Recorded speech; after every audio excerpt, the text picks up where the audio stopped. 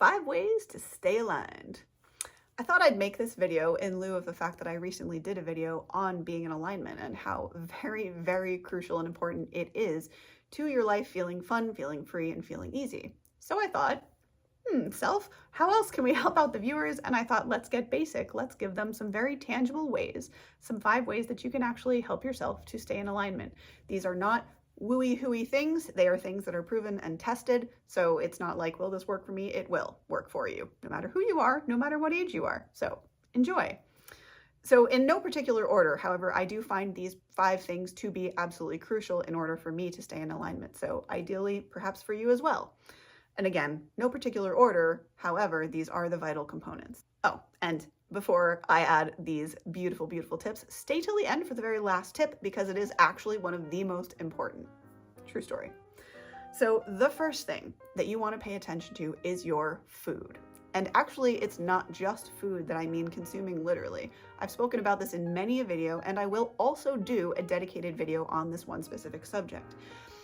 However, I am speaking about consuming literally the food that you're eating because in truth, you are what you eat.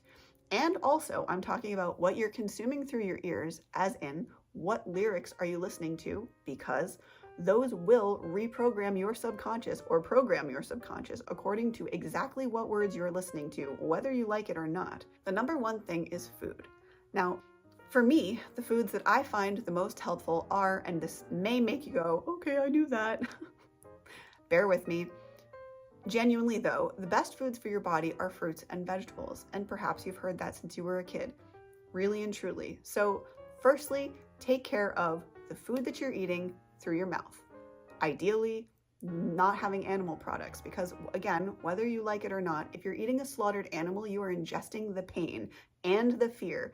And if you think that, I will just share this with you, if you think that an animal who has spent its life essentially in terror, and then in its last moment of life, in absolute mortal fear, if you think that, then consuming that on a daily basis, let's say, let's just conservatively say the age of 20, doesn't pack in 20 years of fear and grief and terror, my friend, you are sorely mistaken. Because we can live in La La Land, or we can live in the land of reality, which is that if we murder an animal, that fear and terror goes into us if we then eat that, period. And yes, I know that some of folks will argue that, well, the Native Americans have their own way. That's sort of a different thing.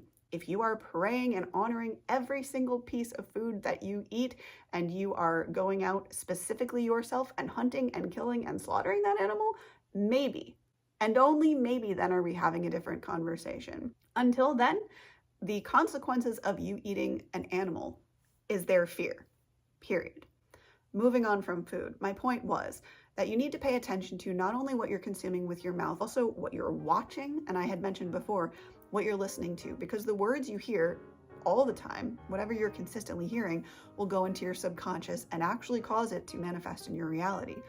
And the last one is what you're seeing. So it's to be careful that you're not, for example, watching overly violent content, because sadly, whether you like it or not, that will be something that then replays in your subconscious and ultimately keeps you in a lower vibration. The second thing, the very, very, very important thing to help you stay aligned is sleep. And I know, again, probably a lot of you have heard that. It's absolutely vital. In our sleep, we restore. And perhaps let me share this thing that you may not have heard with you. When we sleep, one of the important reasons that often you'll hear people in the health field talking about not eating after a certain time at night is because of this. When you go to sleep and you're still digesting, your body then doesn't have that nighttime hours to heal your body, which is what it would naturally do if it wasn't stuck already in the process of digesting, which is why people will tell you, again, when you're trying to lose weight or something like that, or to heal anything actually, they will suggest that you stop your eating at about sundown, because that way your body gets the entire overnight time to do its actual job, which your incredible body is actually there to heal itself, to heal you. The second most important thing is sleep. It is getting enough sleep. Now, I know there's kind of a range. I personally, and my whole family, it seems, are lucky if we get 5 hours a night, and 5 hours is like our solid, like it's a good day if we got our 5 hours. However, technically, the experts say that it's 5 to 8 hours. I find also personally, and you may find this to be the same, if you go over 8 or so hours, it tends to be that over, like, I've slept too much thing, and you end up feeling more tired, actually. So sleep is kind of a funny thing that you may need to balance, and that is indeed and should become a vital part of your balance, and it's a vital part of you staying aligned. Third thing that I absolutely encourage you to do, which will help you stay aligned, is to meditate. And again, I know, cliche for a reason. Meditation allows you to clear and calm your mind, and that is something which most of us humans do not do enough. Even those of us who are meditators, how much are you actually sitting down in a day and spending meditating? I mean, some of us, not myself included in this particular category, I do know some people who meditate for like a couple of hours a day. I'm not there yet. I enjoy half an hour to an hour at this moment in time. And I look forward to the day where I will get there. Meditation, though, in whatever form and whatever length you achieve it for yourself, is important because it allows your brain essentially kind of a reset. It's almost like going to sleep in a way, except you aren't actually going to sleep. You're allowing your mind to stop thinking, which again is something that most of us just don't do at all, let alone enough. The fourth insanely important thing for you to stay aligned: movement. And I've said this time and time again, and I'm sure I will repeat myself. It doesn't matter the kind of movement that you choose to do. What matters more is that you engage your whole body. I've heard people talk about doing cardio. Cardio is great if you like that. I am not a huge cardio fan. So for me, it's usually something like Tai Chi or yoga, or even sometimes if I'm having a particularly, low energy battery day, it'll be just walking. The point is, ideally, for it to be an activity that engages your whole body. Why? Because that activates your entire system and gets your circulation going, which is really, really, really important for overall health. And last but not least, and I promised you this bonus and this one would be the best, and this is sincerely a key to alignment, the fifth thing, the key to staying aligned, is fun.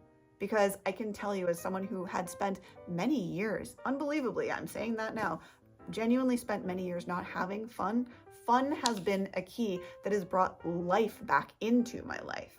It has brought joy back to me, allowing myself to have fun. And again, there I want to refer back to my comment about your inner child, which I think I made in this video, maybe it was the other.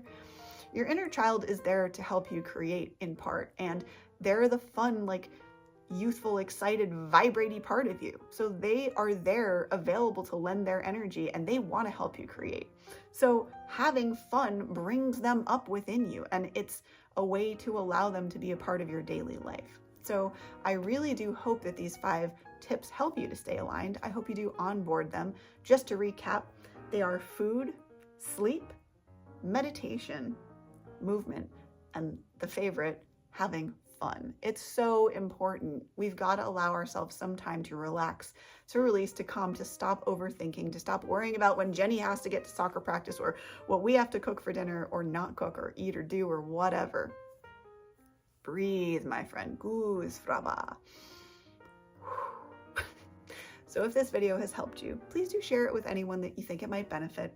Subscribe, as that really does help out me as a small content creator, and make sure you ding the bell if you want to be notified.